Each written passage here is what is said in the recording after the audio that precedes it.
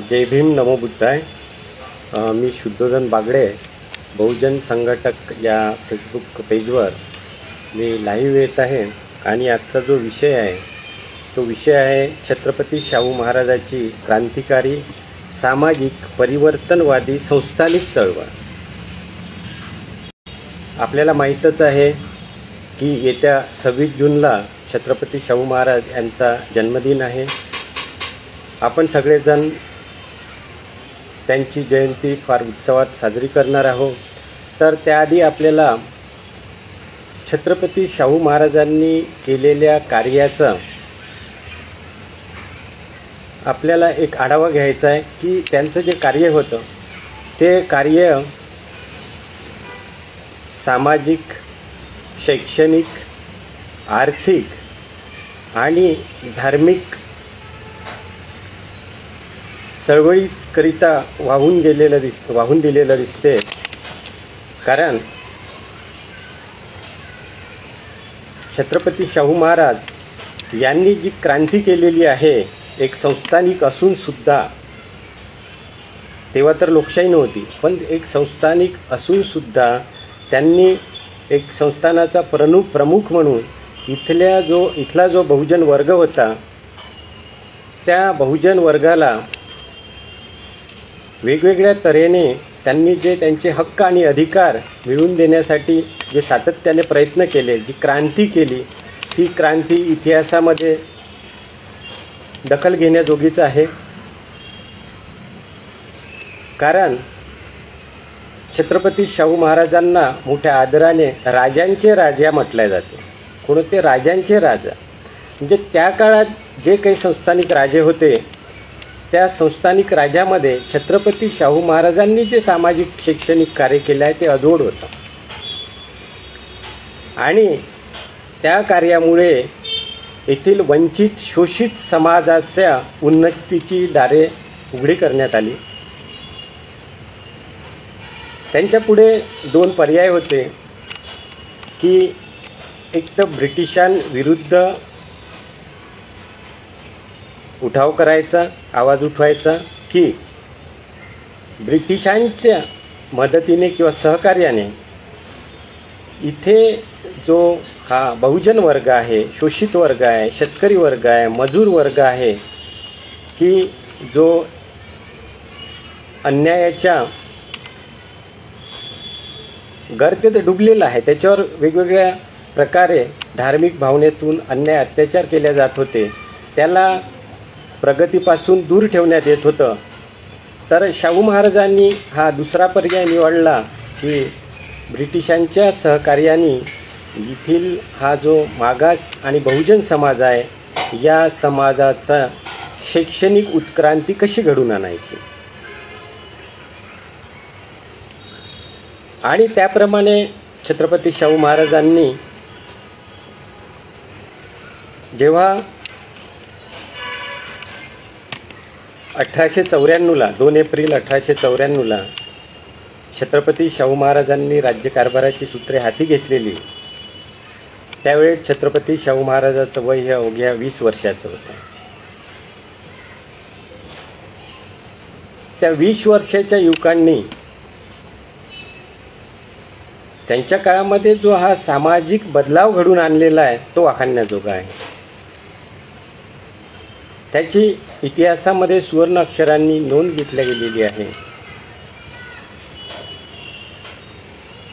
ते एक संस्थानिक राजा म्हणून ते आपलं ऐशोआरामाचं जीवन जगू शकले असते, परंतु त्यांच्यामध्ये लहानपणापासूनच किंवा त्यांचं जे प्राथमिक शिक्षण झालेलं त्या शिक्षणाच्या वयापासूनच त्यांच्यामध्ये एक या वंचित रंजल्या गांजल्या समाजाविषयी एक करुणा निर्माण झाली होती, एक दया निर्माण झाली होती आणि आपल्या संस्थानिकामधील जे प्रजा आहे त्या प्रजेचा सर्वांगीण विकास व्हावा हा एकच ध्येय या लोकांच्या राजापुढे होते।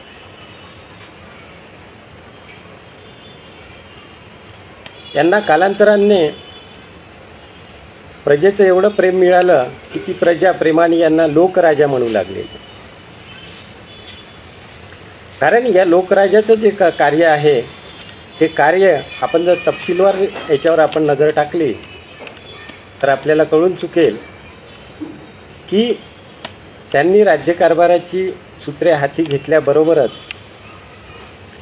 त्यांनी शैक्षणिक कार्याला सुरुवात केली.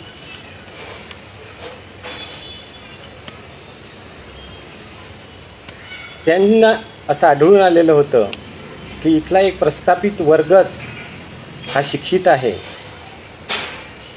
हाच पूर्ण प्रशासनामध्ये याच एका प्रस्थापित वर्गाचा दबदबा आहे आणि हा एक छोटा वर्गच या सगळ्या प्रशासनामध्ये असल्यामुळे इतर जाती समूहाचा किंवा समाजाचा जो विकास व्हायला पाहिजे तो विकास होऊ दिला जात नाही. आणि म्हणूनच छत्रपती शाहू महाराजांनी सन 1913मध्येच त्यांच्या संस्थानिकामध्ये असा एक वटहुकम काढला, एक कायदा केला की गावागावामध्ये शाळा उघडायला पाहिजे.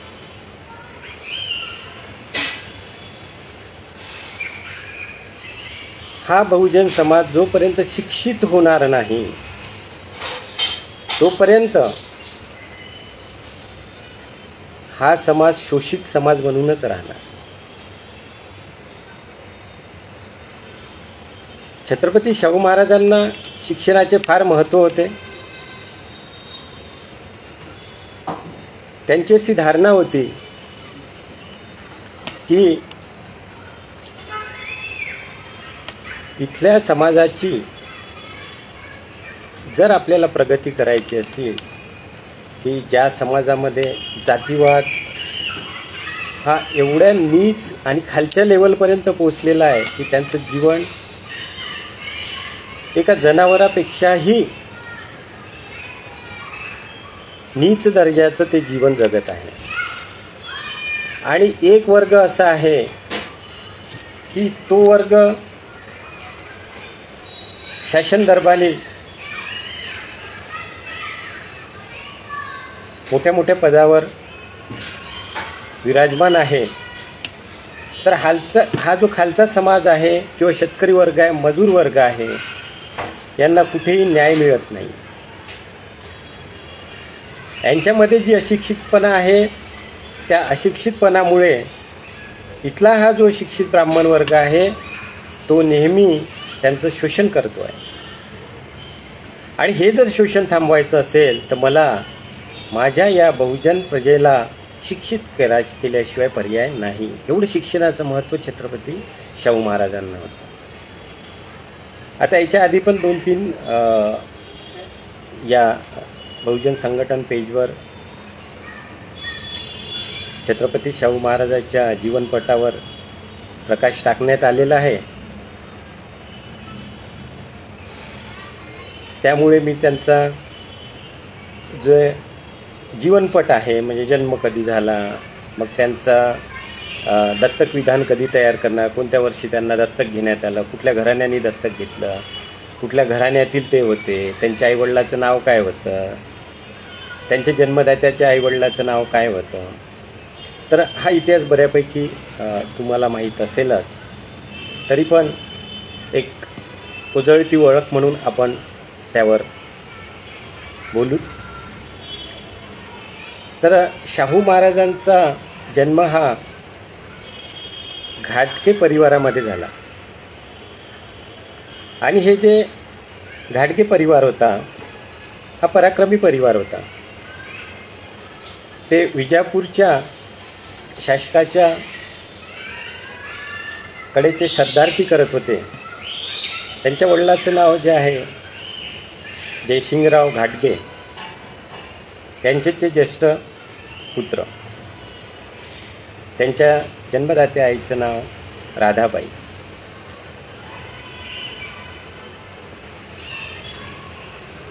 जेव्हा कोल्हापूर संस्थानिक एक स्वतंत्र संस्थानिक म्हणून निर्माण झालं, त्यावेळेस तिथला राज्यकारभार जो आहे ते चौथे शिवाजी बघत होते, भोसले घराणे.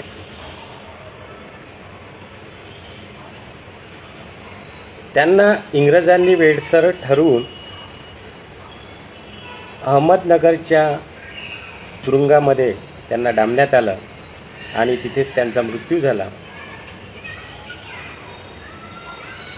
त्यांच्या ज्या पत्नी होत्या महाराणी आनंदीबाई भोसले, त्या निपुत्रिक होत्या, कारण महाराजाचा जो मृत्यू आहे तो ते निपुत्रिक असतानाच त्या जेलमध्ये झालेला होता. मग राज्यकारभार चालवण्यासाठी त्या गादीला वारसा म्हणून त्यांच्या पुढे एकच पर्याय होता की कुठल्या तरी चांगल्या योग्य संस्कारामध्ये वाढलेल्या एखाद्या मुलाला दत्तक घेणे.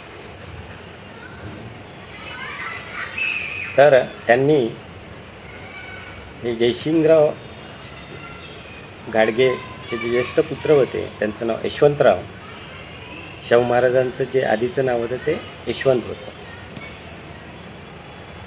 त्यांना दत्तक घेण्याचं ठरते. आणि 1884 त्यांचा दत्तकनामा लिहून घेण्यात येतो आणि अशा प्रकारे ते त्या कोल्हापूर संस्थानिकाचे राजकुमार म्हणून ते घोषित करण्यात येते.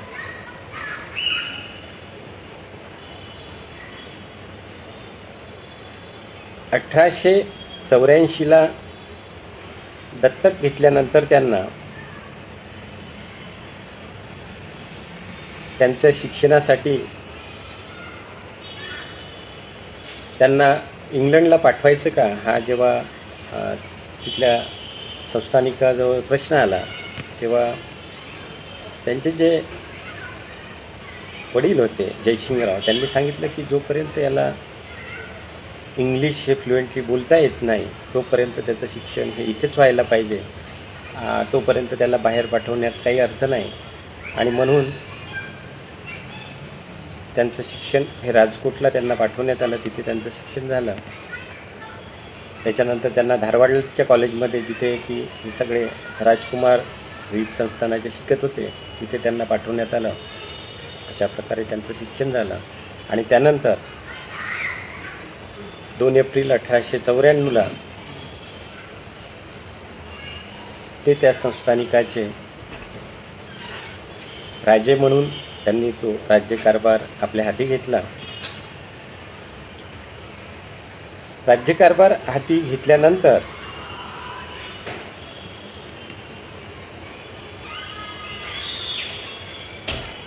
आपल्याला सगळ्यांना माहिती आहे, सुपरिचित आहे की 1899 एक मोठं वादळ त्यांच्या जीवनामध्ये आलेलं, राजाच्या जीवनामध्ये, आणि ते म्हणजे वेदोक्त प्रकरण. आता आपल्याला सगळ्यांना हे वेदोक्त प्रकरण माहीत आहे आणि त्या वेदोक्त प्रकरणामध्ये पण महाराजाचा विजय झाला. त्या प्रकरणानंतर शाहू महाराजांनी हे जे एक हाती ब्राह्मण पंडित पुरोहित वर्गाचं इथे जो धार्मिक प्राबल्य होतं ते संपविण्यासाठी फार मोठ्या क्रांतीची गरज होती. आणि ती क्रांती छत्रपती शाहू महाराजांनी आपल्या राज्यामध्ये केली. आणि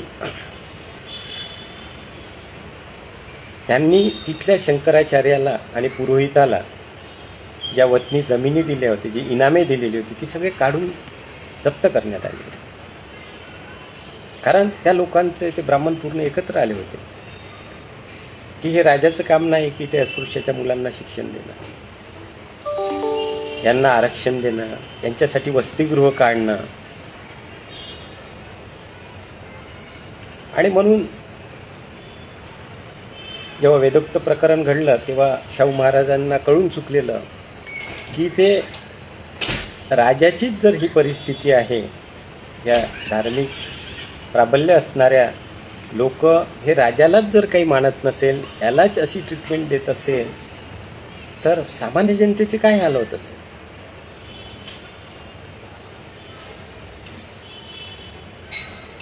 आणि या विवंचनेतच असताना शाहू महाराजांना हे कळून चुकलं होतं की आपल्याला इथे हा जो उपेक्षित वर्ग आहे, दुर्लक्षित वर्ग आहे, शिक्षणापासून वंचित जो वर्ग आहे, यामध्ये सगळे नॉन ब्राह्मण जाती होत्या.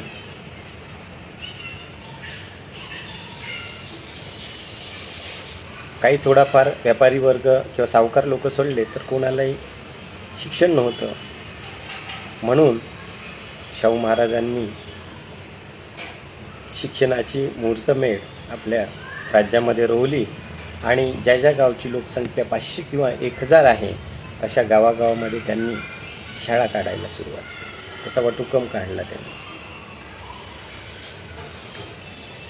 तर आपल्या असं लक्षात येते की 1913 ही त्यांनी मोहीम हाती घेतली आणि त्यांनी 25 जुलै 1917 मोफत प्राथमिक शिक्षणाचा कायदा तयार असा वटहुकूम काढला की आजपासून आपल्या राज्यामध्ये प्राथमिक शिक्षण हे मोफत असणार आहे. त्याचा सगळा खर्च हा राज्य तिजोरीतून खर्च करण्यात येणार. आणि लगेच त्यांनी 29 नोव्हेंबर 1917 दुसरा वटहुकम काढला, ज्याला आपण आताच्या भाषेमध्ये GR म्हणतो, अधिनियम काढला की प्राथमिक शिक्षण कोल्हापूर संस्थानामध्ये हे सक्तीचे करण्यात आले. It's mandatory. हे घटनेच्या आधी झालेल्या गोष्टी आहे आणि एक राजा करतो आहे.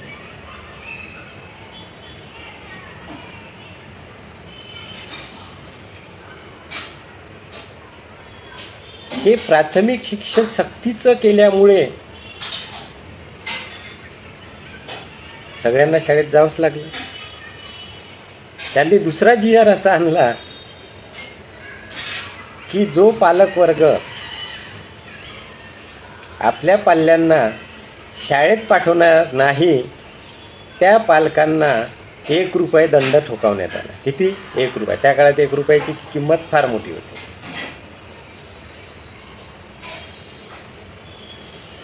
ज्यांची परिस्थिती चांगली आहे त्याच्यासाठी 1 रुपया दंड ठेवला. आता काही गरीबातला गरीब असेल त्याच्यासाठी 8 आणे दंड ठेवलेला. त्याच्या मागचं कारण काय होतं की इथल्या समाजातील प्रत्येकाची मुलं शिक्षित झाली पाहिजे, तेव्हाच त्यांना त्यांचे हक्क अधिकार कळेल. आणि त्यामुळे त्या राज्यामध्ये बघता बघता शाळेंची संख्या भरभराटीने वाढत गेली, विद्यार्थी वाढत गेले. आणि शाहू महाराजांच्या नेतृत्वामध्ये त्या संस्थानिकामध्ये लोकशिक्षणाची गंगा वाहायला लागली, भरभराट व्हायला लागली. तर या शैक्षणिक धोरणाचा एवढा मोठा फरक झालेला की जे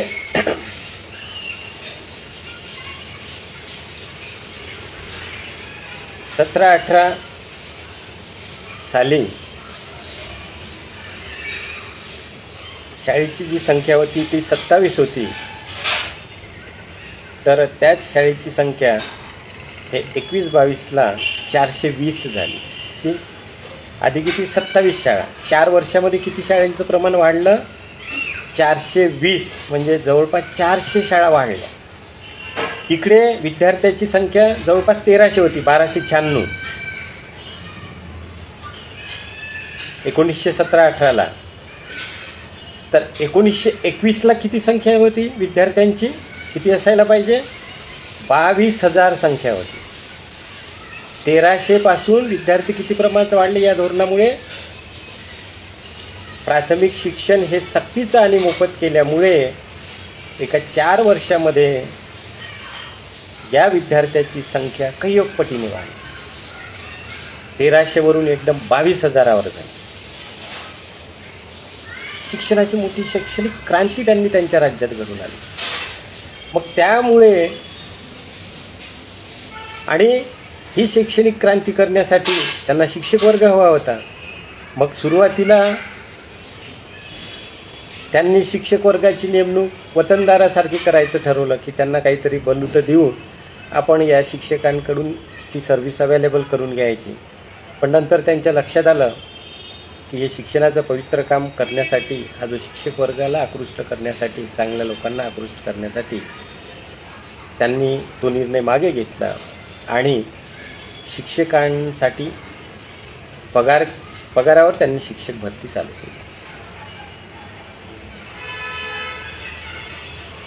त्यावेळेस जे लोक शिक्षण घेताना जे वरच्या क्रमामध्ये गुण संपादन करून यशस्वी होत होते, त्या विद्यार्थ्यांनाच शाहू महाराज संस्थानामध्ये शिक्षण म्हणून घेण्यात येऊ लागले. एक आदर्श शिक्षक शाळेमध्ये असावा याकरिता बघा शाहू महाराजांचा किती मोठा दृष्टिकोन होता त्या काळामध्ये, की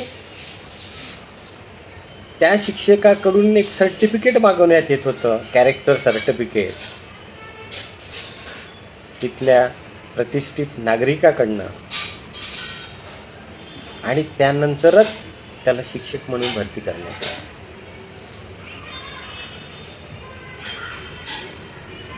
की माझ्या राज्यातील जो शिक्षक आहे तो योग्य असायला पाहिजे. तो जर योग्य असेल, शीलवान असेल, नीतिमत्तेने पूर्ण असेल, तर तो तेवढ्याच चांगल्या प्रकारचे विद्यार्थी घडू शकतो. हा दृष्टिकोन शाहू महाराजांकडे होता. पुढे तर त्यांनी शिक्षक भरतीसाठी एक प्रॉपर शासकीय स्तरावर एक मंडळा थ्रू त्यांची नेमणूक करायला ते लागले. आता जिथे इच्छा तिथे मार्ग. राजाजवळ इच्छा होती की माझी प्रजा शिक्षित झाली पाहिजे, आणि त्यांना मार्ग मिळत गेले, आणि अशा प्रकारे तिथे शिक्षणाची दारे हे सगळ्या जनमानसामध्ये उघडल्या गेली. त्यांनी जवळपास त्यांच्या जीवनामध्ये आता त्यांना जे राज्यकारभार करण्यासाठी जो कालावधी मिळाला तो फक्त उन्हापुरा 28 वर्षाचा. किती 28 वर्षामध्ये शाहू महाराजांनी शैक्षणिक, सामाजिक, आर्थिक, धार्मिक सगळ्या क्रांत्या केल्या. फक्त 28 वर्षाचं त्यांना कालावधी मिळाली.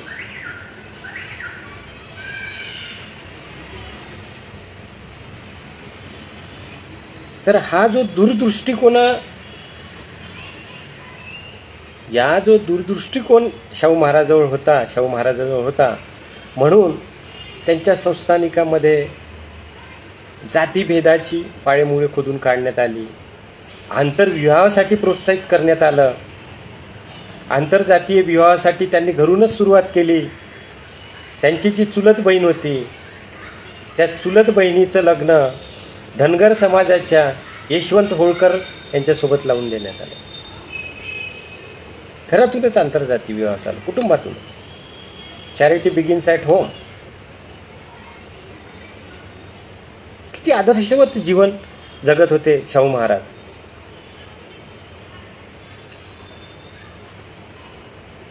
बालविवाह कायद्याच्या विरोधात त्यांनी कायदा केलेला. बालविवाहाच्या विरोधात. त्याच्यानंतर विधवांचा पुनर्विवाह व्हावा याकरिता त्यांनी कायदा काढला. देवदासी प्रथा बंद व्हावी याकरिता त्यांनी कायदा काढला. म्हणजे आज जे आपण राज्यघटनेमध्ये समता, बंधुभाव, न्याय, स्वातंत्र्य या ज्या बाबासाहेबांनी कल्पना मांडलेल्या आहेत, त्या कल्पना थोड्या अधिक प्रमाणामध्ये शाहू महाराजांनी आधी आपल्या संस्थानिकामध्ये अंमलात आणलेल्या होत्या. आपल्याला माहिती आहे की त्यांनी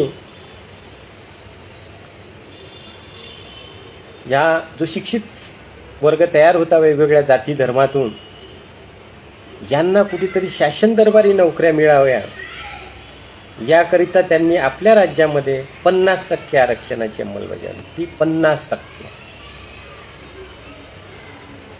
त्यामध्ये मराठा, ओबीसी, SC, ST या सगळ्या घटकांसाठी 50% आरक्षणाची अंमलबजावणी करणारे ते एकमेव राजे. स्वातंत्र्यपूर्व भारतामध्ये जे राजे होऊन गेलेले आहेत त्या राजामध्ये छत्रपती शाहू महाराजांचा एक आदर्शवत दूरदृष्टिकोन असणारा, लोककल्याणकारी, प्रजाहित दक्ष राजा म्हणून नक्कीच त्यांचं नाव घेण्यात येते. तर त्यांनी जी ही सामाजिक समता प्रस्थापित करण्यासाठी अस्पृश्यांसाठी शाळा काढल्या. त्यांनी 1919ला अशा प्रकारचा कायदा काढला की त्यांच्या असं लक्षात आलं की हा वेगवेगळ्या जातीसाठी ज्या वेगवेगळ्या शाळा होत्या त्यामुळे एकजीव समाज निर्माण होणार नाही. म्हणून त्यांनी 1919ला असा कायदा काढला की सगळ्या जाती धर्माची लोक एकाच शाळेत शिकतील. There will not be a separate school for the untouchables and the touchables. किती क्रांती झाली. सगळे ब्राह्मण एकत्र आले. त्यांनी छत्रपती शाहू महाराजांना विषयी वाईट लिखाण चालू केलं. त्यांना शूद्राचा राजा म्हणण्यापर्यंत त्यांची मजल गेलेली होती. त्यांचा अपमान करण्यात येत होता.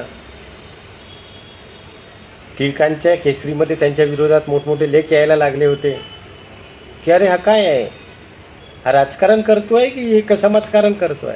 हा एक राजा आहे, याने फक्त राजकारण करावं, याला काय घेणं ते नाही. अस्पृश्य, वंचित, शोषित, शेतकरी याचा काय संबंध आहे. सांगितलं तुम्ही राज्यकारभार करा, हे तुमचं काम नाही आहे. धर्माने ठरवलेलं आहे, हे असं होऊ द्या.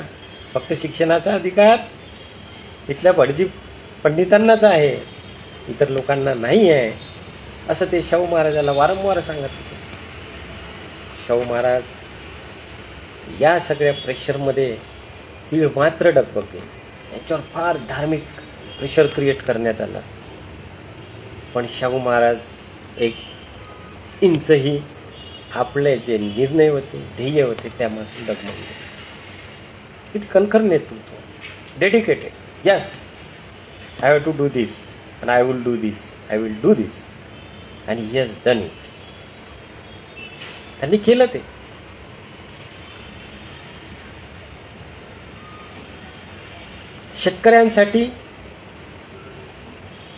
शेतकऱ्यांनी वेगवेगळे कॅश क्रॉप, नगदी पिकं घेता यावी यासाठी आपल्याला पाणी अडवावं लागेल, धरण बांधावं लागेल, बंधारे बांधावं लागेल. हे धोरण त्यांनी आपल्या संस्थानिकामध्ये राबवलं.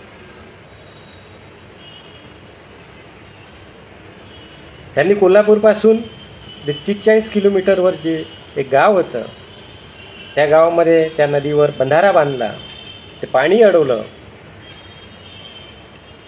बाजूलाच एक राधानगरी म्हणून गाव वसवलं आणि तिथे मोठं धरण तयार करण्यात आलं, ज्याला आपण आजही राधानगरी धरण म्हणतो.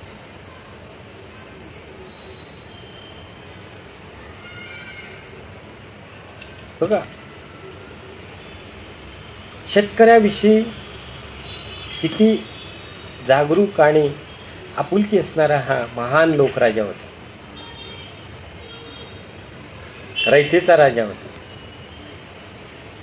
की यांनी मराठा विद्यार्थ्यांसाठी मराठा बोर्डिंग काढलं, ख्रिश्चन विद्यार्थ्यांसाठी ख्रिश्चन बोर्डिंग काढलं, अस्पृश्य विद्यार्थ्यांसाठी चोखामेळा हॉस्टेलसारखी स्थापना केली. तर डी क्लार्क या लेडीच्या नावाने त्यांनी अस्पृश्यांसाठी वसतिगृह काढलं, लिंगायत समाजासाठी वेगळं वसतिगृह काढलं, मुस्लिमांच्या विद्यार्थ्यांसाठी वेगळं वसतिगृह काढलं.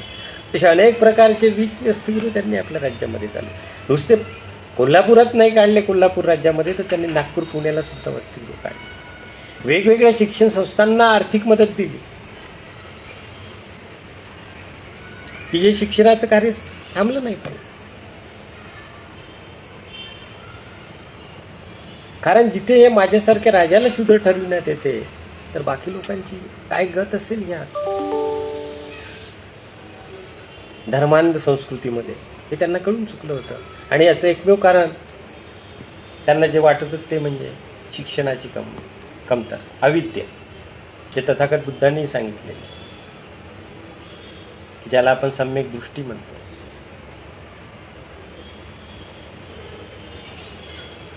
की इथल्या जातीला, नीच जातीला, मागास जातीला हे जीवन आपलं म्हणजे हे असंच असणार, यापेक्षा चांगलं होऊ शकत नाही. तथागत बुद्धांनी याला सम्यक दृष्टीचा अर्थ समजून सांगताना त्यांनी सम्यक दृष्टी नसलेल्या व्यक्तीला कशाची संबोधना दिली की काळ्या कोठड्या, तुरुंगामध्ये, जेलमध्ये बंदिस्त असणाऱ्या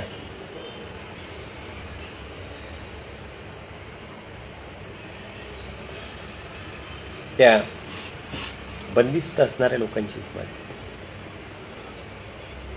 की तो हे ऍक्सेप्ट करतो, कारागृहातील कैदी, की माझ्या जीवनामध्ये प्रकाश येणे नाही. हे सरेंडर. तसंच इथल्या जातीचं झालेलं होतं की हे आपल्या कर्मात आहे, आपल्याला हे असंच जीवन जगायचं आहे.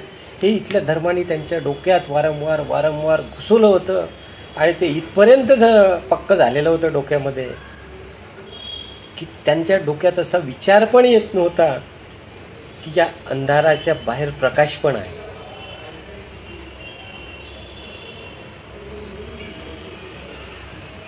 आणि हे अविद्या असणं म्हणजेच तुमच्या शोषणाचं कारण आहे, हे शाहू महाराजांना पण कळलं.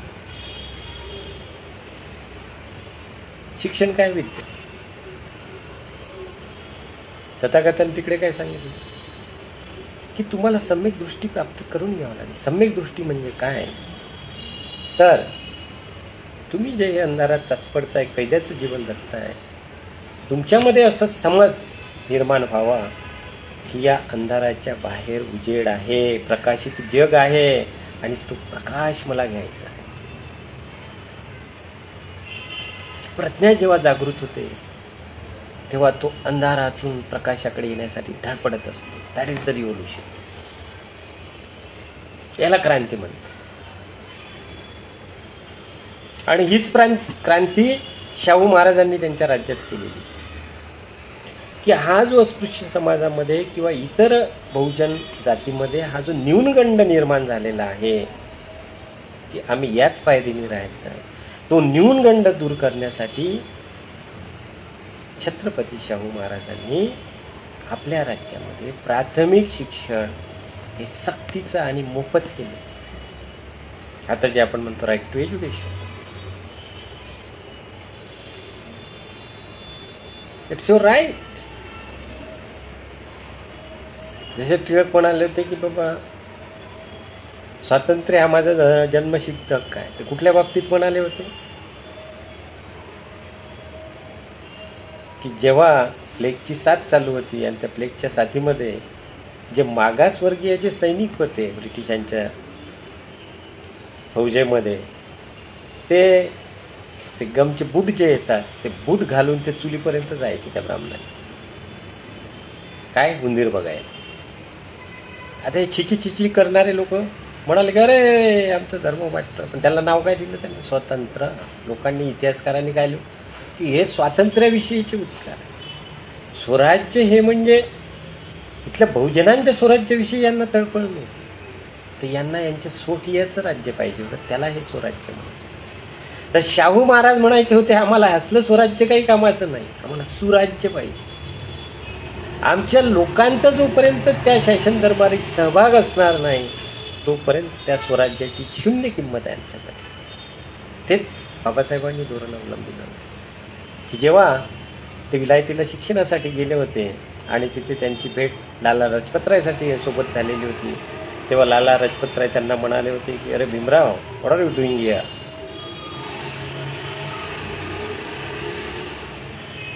मी माझी मातृभूमी स्वतंत्र करण्यासाठी या गोऱ्याला पकडून संघर्ष करतो आणि तू इथे काही शिक्षण घेत बसला, चल तू पण माझ्याबरोबर चल. बाबासाहेबांनी त्यांना एक उत्तर दिलेलं होतं. आपल्याला माहीत आहे की हे स्वातंत्र्य कोणाचं असणार आहे? It will be a transformation of one community to another community. त्याला तुम्ही फिरंगी इंग्रज म्हणतात. ते त्यांची सत्ता इथल्या प्रस्थापित वर्गाकडे सोपून जाते. It will be a transformation. त्याचा कुठलाही फायदा इथल्या शोषित आणि बहुजन आणि वंचित वर्गाला होणार नाही, हे शाहू महाराजांना पण कळून चुकलं. आणि म्हणून त्यांनी त्या काळामध्ये शिक्षणाचं बजेट जे किती रुपये खर्च केलं असेल, त्या काळामध्ये 26 लाख रुपये त्या तिजोरीवर भर पडलेला होता. 26 लाख रुपये त्या काळातले किती अमाऊंट झालं एका संस्थानिकाचं बजेट शिक्षणाचं.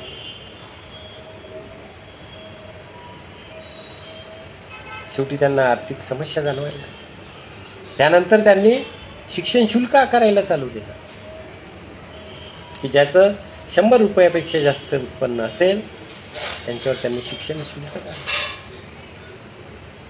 आणि जे छोटे मोठे होते त्यांना 4 आणे 8 आणे सक्ती केलेली होती त्यांनी. काय तर इथली प्रजा शिक्षित झाली.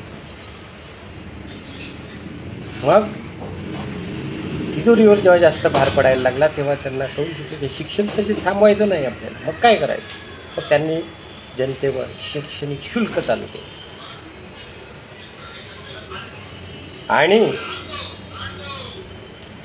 त्या शैक्षणिक शुल्कामधूनच जो कर जमा होऊ लागला तो इथल्या शेतकरी, मजूर, मराठा, SC, ST, OBC विद्यार्थ्यांचे वसतिगृह काढण्यासाठी, तिथे त्यांच्या भोजनाची व्यवस्था करण्यासाठी, तिथे वसतिगृहाची इमारत बांधण्यासाठी खर्च होऊ लागला.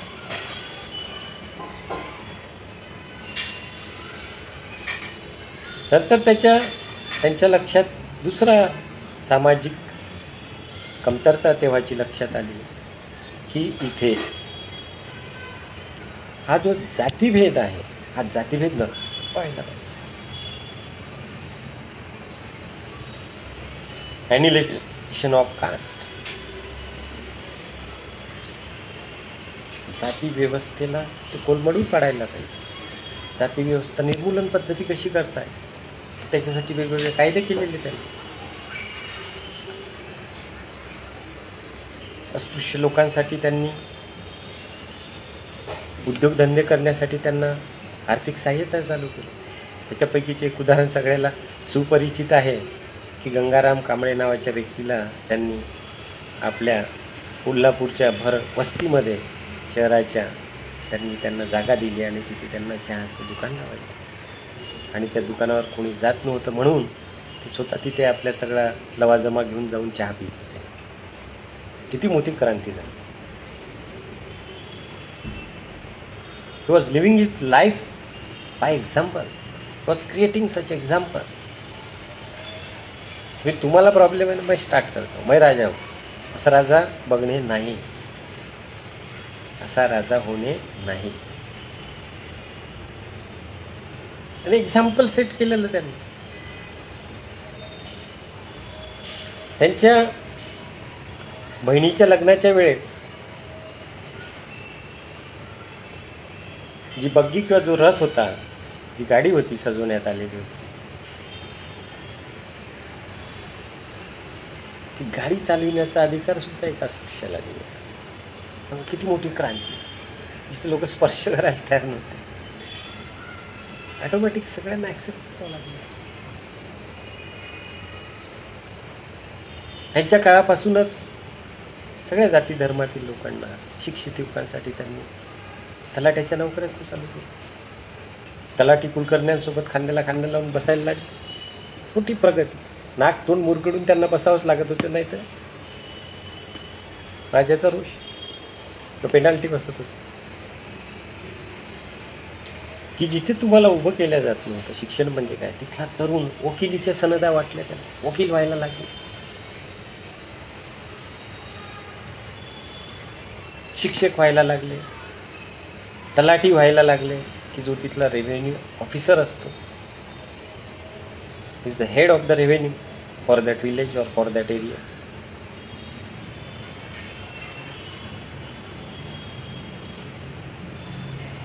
तर हे जे कार्य आपण जेव्हा विश्लेषणात्मकरित्या बघतो आपण शाहू महाराजांनी केलेलं कार्य, तेव्हा आपल्याला असं कळून चुकते की शाहू महाराज किती लोकशाहीवादी होते. जरी ते संस्थानिक होते तरी त्यांना आपल्या राज्यामधला हा जो राज्यकारभार चालतो, जे ॲडमिनिस्ट्रेशन चालतो, हे ॲडमिनिस्ट्रेशन मध्ये इथल्या प्रत्येक जातीचा तरुण इथे यायला पाहिजे, शिक्षित व्यक्ती इथे यायला पाहिजे, त्याला राज्यकारभार कसा करायचा, ॲडमिनिस्ट्रेशन कसं चालवायचं हे शिकवण्यासाठी त्यांनी तिथे ॲडमिनिस्ट्रेटिव्ह इन्स्टिट्यूटची स्थापना आहे. बघा,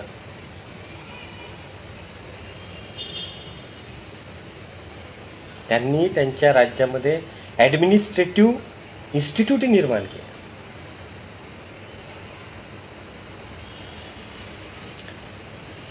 आता जे मॅनेजमेंट स्कूल आहे त्या धर्तीवर त्यांनी तिथे ॲडमिनिस्ट्रेटिव्ह इन्स्टिट्यूट निर्माण केलं. तिथल्या प्रत्येक फक्त इथे एका पर्टिक्युलर प्रस्थापित वर्गांनाच तेव्हा राज्यकारभारामध्ये त्यांचं 90% प्रतिनिधित्व असायचं. 2-4 थोडेफार असले तर असले, थोडे उच्च जाती, बाकी पूर्ण भरणा ह्या एका प्रस्थापित जातीचा असायचा. एका दिवसात ते बदल करू शकत नाही. यांनी ट्रेनिंगसाठी इन्स्टिट्यूट काढले, ज्याला आता आपण MBA म्हणतो, प्रशासन कसं चालवायचं. आता जसं आपल्याकडे यशिदा आहे, इथे प्रशासनाची ट्रेनिंग दिलं जातं. कलेक्टरनी काय करायला पाहिजे, तहसीलदारांनी काय करायला पाहिजे, तसं ट्रेनिंग इन्स्टिट्यूट संस्थानिकामध्ये असणं किती मोठी गोष्ट.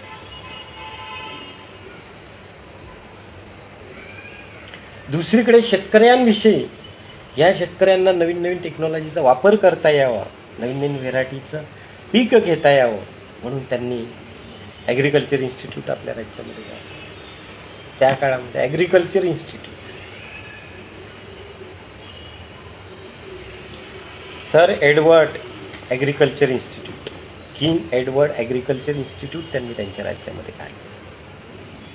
आणि ॲडमिनिस्ट्रेशनचं ट्रेनिंग देण्यासाठी त्यांनी 1916ला डेक्कन रयत असोसिएशन नावाची संस्था उभी केली, की त्या संस्थे थ्रू इथला जो हा बहुजन वर्ग आहे, या बहुजन वर्गाचा विद्यार्थी, युवक, लोक, शिक्षित लोक हे प्रशासनामध्ये कसे यावं.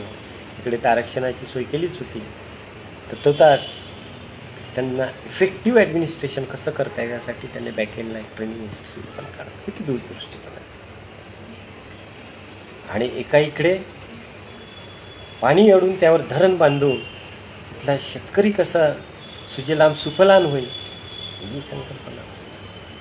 दुसरीकडे यांना शेतीविषयी जे नवीन नवीन धोरणं आहे, टेक्नॉलॉजी आहे, नवीन नवीन पिकाची माहिती आहे, ते इथल्या शेतकऱ्यांना मिळावी म्हणून किंग एडवर्डच्या नावाने त्यांनी ॲग्रिकल्चर इन्स्टिट्यूट, की त्या ॲग्रिकल्चर इन्स्टिट्यूटमधून शेतकऱ्यांना शेतीविषयक ज्ञान मिळायला लागलं. ज्ञानाची गंगा चारही पुढे व्हायला लागली. तुम्हाला ॲडमिनिस्ट्रेशन पण शिकायला भेटेल. नुसतं प्रायमरी शिक्षण देण्यावर थांबले नाही शाहू महाराज, तर राजाराम महाविद्यालयाची पण त्यांनी स्थापना.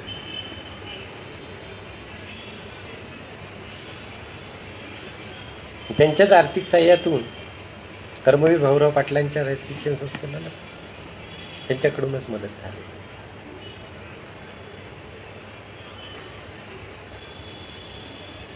बघा किती मोठं दूरदृष्टिकोन आणि क्रांतिकारक राजा. हे कोणी नाही करू शकत. भरपूर राजे झाले, पण इथल्या या प्रस्थापित धर्माच्या ज्या नियमाविरुद्ध चांगल्या राजांनी आपला नमन केलेलं, सरेंडर झालेलं शाहू महाराज नाही. शाहू महाराजांनी ते आडवे आले की त्यांच्याच जमिनी जप्त केल्या, त्यांचीच, त्यांना इनाम म्हणतात, ते इनाम काढून घेतलेलं. काही लोकांनी मिळतं जुळतं घेतलं, नाही बाबा ठीक आहे ठीक आहे. वेदक्त प्रकरण घडलं काय, तर त्यांनी सांगितलं प्रत्येक जातीतून पुरोहित तयार करण्यासाठी त्याचं पण इन्स्टिट्यूट काढलेलं. तुमची जे सुपरमेशी आहे, एक छत्र तुमचा जो या धर्मावर पगडा आहे तो संपवण्यासाठी शाहू महाराजांनी सांगितलं. असं आहे ना, आजपासून हा बहुजन प्रत्येक जातीतला पुरोहित तयार करतो.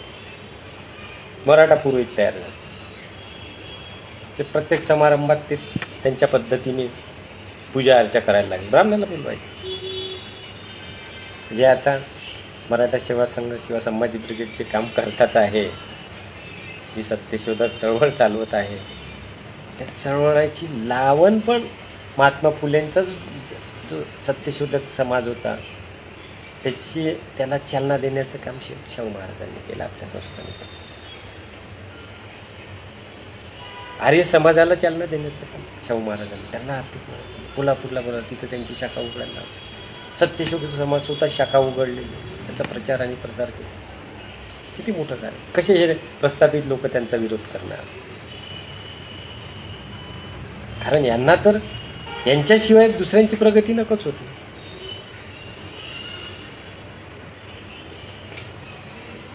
आणि ही प्रगती नव्हती व्हायला पाहिजे, आणि हा राजा का करतोय म्हणून सगळे षडयंत्र या राजाच्या विरोधात चालतात.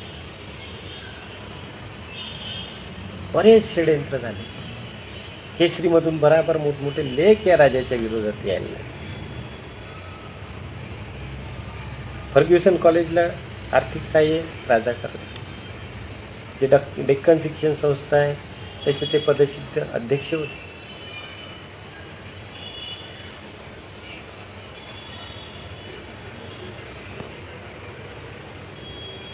वेगवेगळ्या बहिष्कृत समाजाच्या त्यांच्या जीवनामध्ये त्यांनी परिषद आयोजित केली. त्या परिषदेचं अध्यक्षपद भूषवलं. तशीच एक बहिष्कृत लोकांची परिषद सर्वांना आपल्याला परिचित आहे, जे 1920ला माणगावला घडलेली, 21 मार्च आणि 22 मार्च. त्या परिषदेमध्ये जे त्यांनी स्टेटमेंट केलं होतं की डॉक्टर भीमराव आंबेडकर च्या स्वरूपाने या तुमच्या अस्पृश्य समाजाला मोठा नेता मिळाला, आणि हा नेता तुमचं कल्याण केल्याशिवाय राहणार नाही. हा तुमचंच कल्याण करणार नाही, तर या भारत देशातल्या अग्रणी महापुरुषामध्ये यांचं अग्रणी स्थान राहील.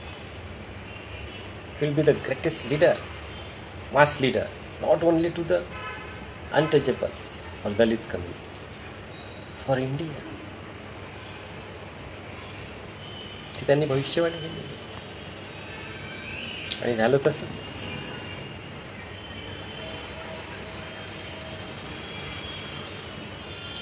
ते शिकार अर्धवट सोडून ज्या दिवशी बाबासाहेबांचं 21 तारखेला भाषण झालेलं माणगाव परिषद, ते ऐकायला ते हजर आले. 22 तारखेला शाहू महाराजांनी भाषण दिलं.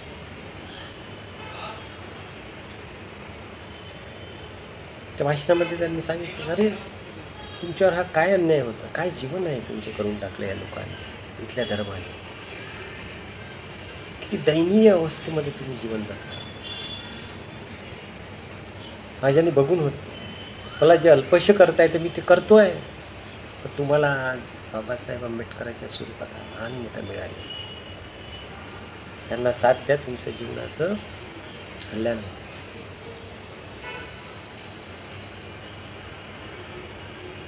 वेगवेगळे धोरण राबवले त्यांनी.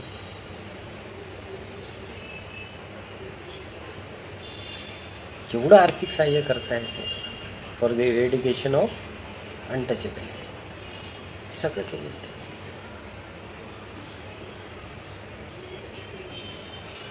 बाबासाहेबांचा जो मूकनाईक बंद झालेला होता तो सुरू करण्यासाठी 25,000ची मदत शाहू महाराजांनी त्या काळात.